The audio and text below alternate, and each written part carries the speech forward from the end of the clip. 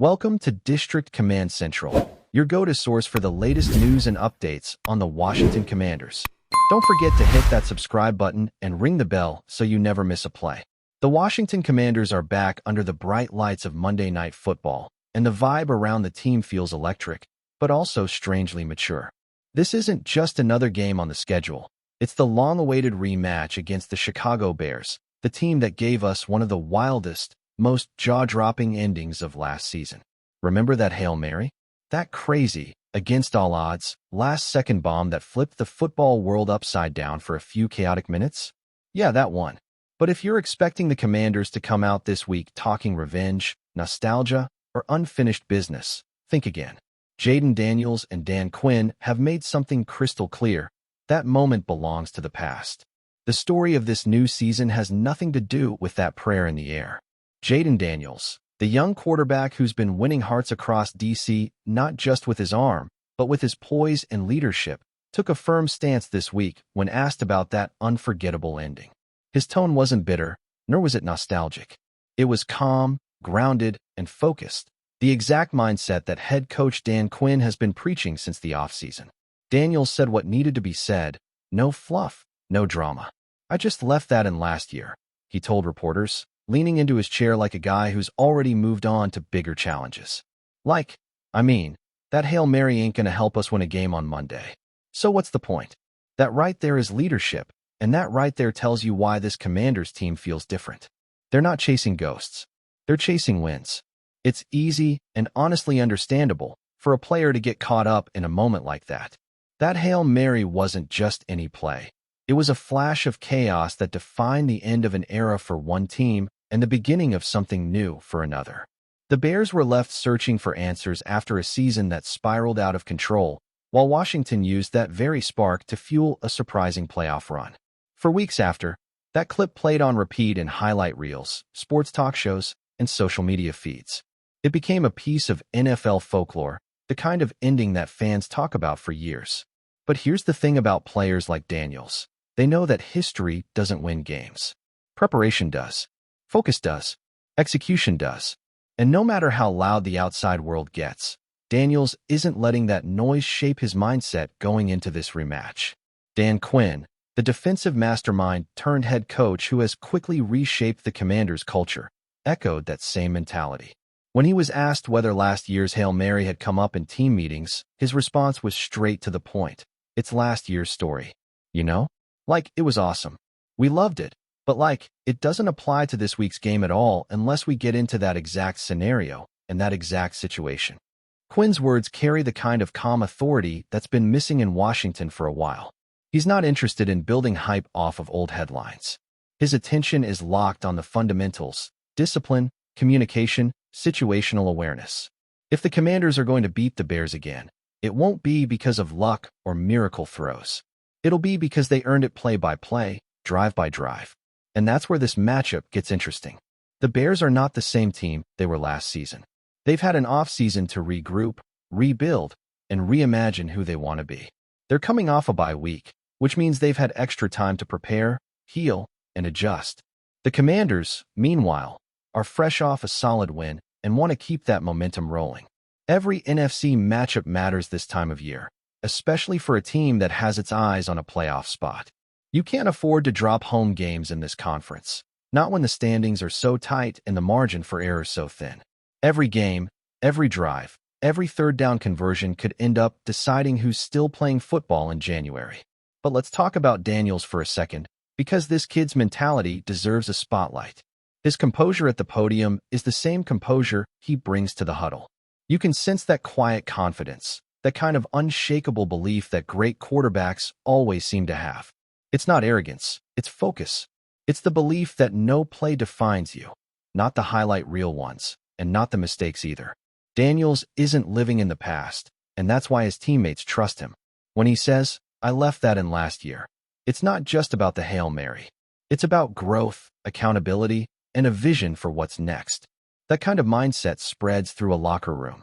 You can see it in how the offensive line blocks, how the receivers finish their routes, how the defense hustles on every snap. It's contagious. Dan Quinn, on the other hand, has been preaching a very specific message since training camp. Control what you can control. That's been the theme of this team's identity. They're not the flashiest squad, and they don't care to be. They're built on grit, preparation, and execution. When Quinn says they haven't even brought up last year's ending in team discussions, that's not coach speak. That's culture. He's setting the tone that what happened in 2024 has no bearing on 2025. Different year, different roster, different stakes. That's the mindset of a coach who knows the dangers of complacency and distraction. Quinn's been around the NFL long enough to understand that the teams who spend time talking about the past usually aren't ready for the future. Of course, fans have a different perspective.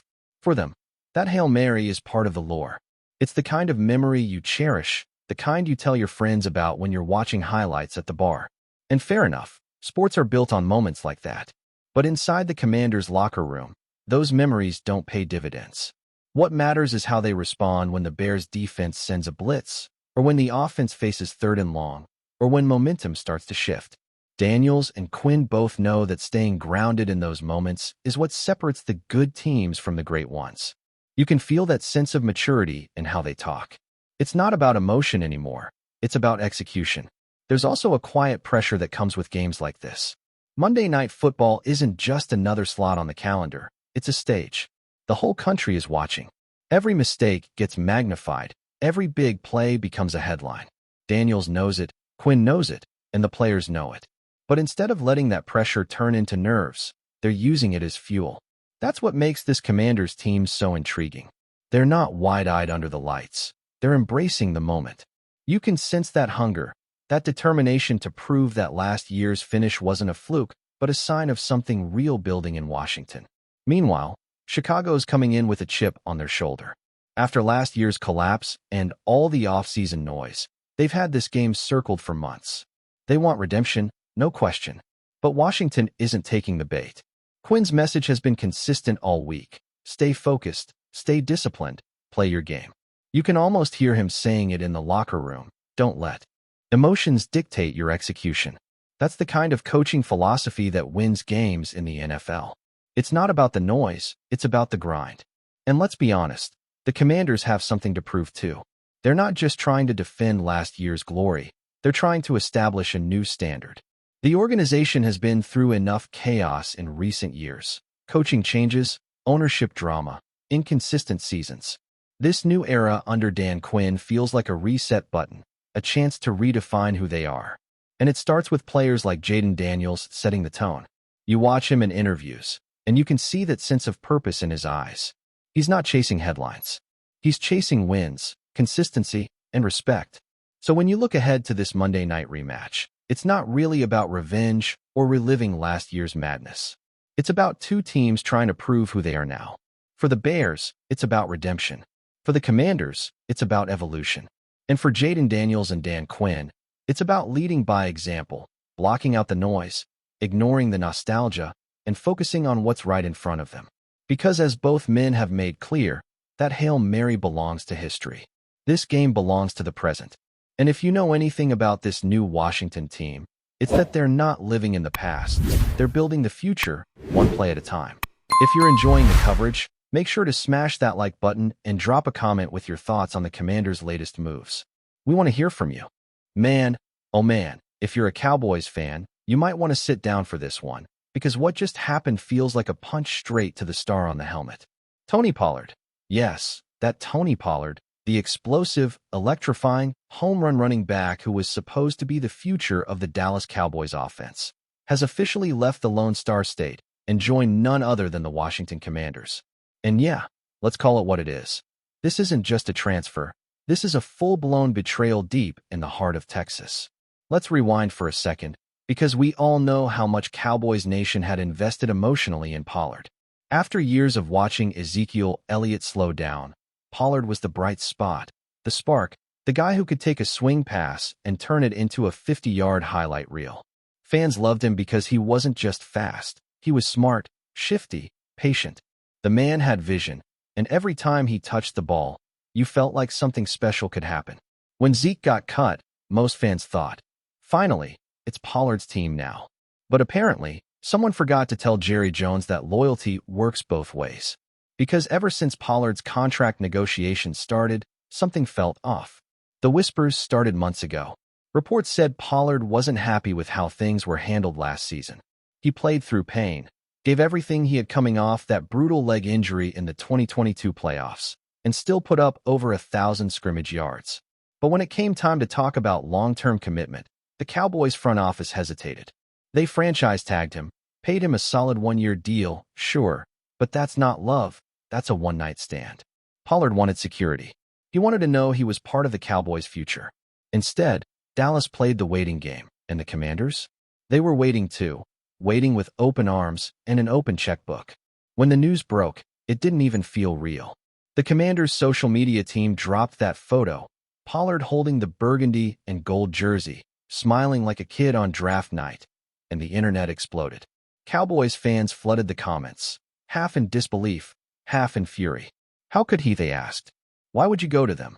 And honestly, it stings more because Washington isn't just any team.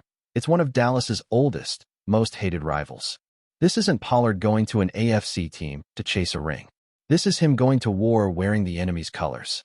But here's the thing. When you dig a little deeper, maybe this betrayal isn't all on Pollard. You can't blame a guy for wanting to be valued. Reports from insiders suggest Pollard felt underappreciated in Dallas, that he wanted a real feature role and a coaching staff that believed in him. Mike McCarthy's offense, as much as it loves to talk about balance, didn't always give Pollard the touches he deserved. How many times did we see drives stall because Dak was forcing throws instead of feeding his best playmaker? Pollard must have looked at the Commanders' situation, new ownership, a young quarterback, and a creative offensive mind calling plays, and thought, yeah, maybe I can be the guy over there. And honestly, that makes sense. Washington is desperate to reshape its identity. They've been the NFC East's punching bag for years, but with Dan Snyder gone and a new front office in place, there's a different energy in the air. They've already made moves to fix the offensive line. They've got Jahan Dotson and Terry McLaurin as deep threats, and now, adding Pollard? That's a statement. They're saying, we're coming for the Cowboys. And what better way to prove it than by stealing one of their best offensive weapons? Still, it's going to take a long time for Cowboys fans to forgive this one, if they ever do. For years, Pollard was seen as the good guy, the humble star who waited his turn. He wasn't flashy like some other players. He didn't talk trash. He just worked. But now, he's going to be lining up in that Commander's uniform, running screens and draws designed to burn the Cowboys' defense. Imagine that moment when he breaks a big one at AT&T Stadium, silence filling the stands except for the Commanders fans celebrating in the corner. You can already picture it. Pollard looking into the crowd, maybe not saying anything, but his face saying it all. You could have kept me. This move also raises some serious questions about the Cowboys' direction. Who's the guy now? Deuce Vaughn? Rico Dowdle? Are we supposed to believe that Dallas can just plug anyone into that backfield and keep rolling? Because it doesn't feel that way. Pollard wasn't just another back. He was the rhythm of that offense. His ability to break a play wide open changed how defenses lined up. Without him, Dak Prescott's job just got a whole lot harder, and unless the Cowboys front office has some miracle plan up their sleeve, this could be one of those moves that haunts them for years. And don't get me started on the locker room reactions. You know there are guys in that building who loved Pollard, who respected him, and who are now quietly wondering what the heck is going on. The Cowboys are supposed to be America's team, a place where stars stay, where legacies are built. But lately, it feels more like a revolving door. Players give everything and walk away feeling disposable. If that's the culture now, maybe Pollard's decision wasn't betrayal. Maybe it was self-preservation. Of course, the Commanders are going to play this perfectly. They'll milk this story for everything it's worth. The press conferences will be full of quotes like, "Tony brings leadership and versatility, and we're excited to see him in our system." But behind closed doors, they know exactly what they've done. They've not only improved their roster, they've struck a psychological blow to their biggest rival. Every time Pollard touches the ball, every time he scores, it's going to be a reminder to Jerry Jones and the Cowboys brass. You let him walk. And fans? Oh, the fan base is split right down the middle. Some are furious, burning jerseys, calling him a traitor. Others are heartbroken, saying they can't even hate the guy because they understand why he left. And somewhere in between, you've got that quiet realization that maybe, just maybe, the Cowboys are no longer the team players dream of staying with forever. In the end, This is about more than football. It's about loyalty, pride, and how quickly things can change in the NFL. One day you're the hero in Dallas, the next you're the villain in DC. That's the business. That's the cold reality. But man, it still hurts. It hurts because Pollard wasn't supposed to be that guy. He was supposed to be our guy. So yeah, betrayal in Texas. Tony Pollard in burgundy and gold. Who saw this coming? Maybe deep down, we all did. We just didn't want to believe it. Because as much as we talk about stats and contracts and cap space, the truth is, fans fall in love with the story. And Tony Pollard's story was supposed to be one of loyalty, perseverance, and triumph in Dallas. Instead, it just turned into one of the most shocking plot twists the NFC East has seen in years. And when that first Cowboys-Commanders matchup rolls around, when Pollard takes the field against his old team, you can bet every camera in the stadium will be locked on him. Every eye in Texas will be watching. Every heart in Dallas will be waiting to see if the man they once cheered will now become the reason they cry. Because sometimes, football isn't just about who wins. It's about who walks away. Thanks for tuning into District Command Central.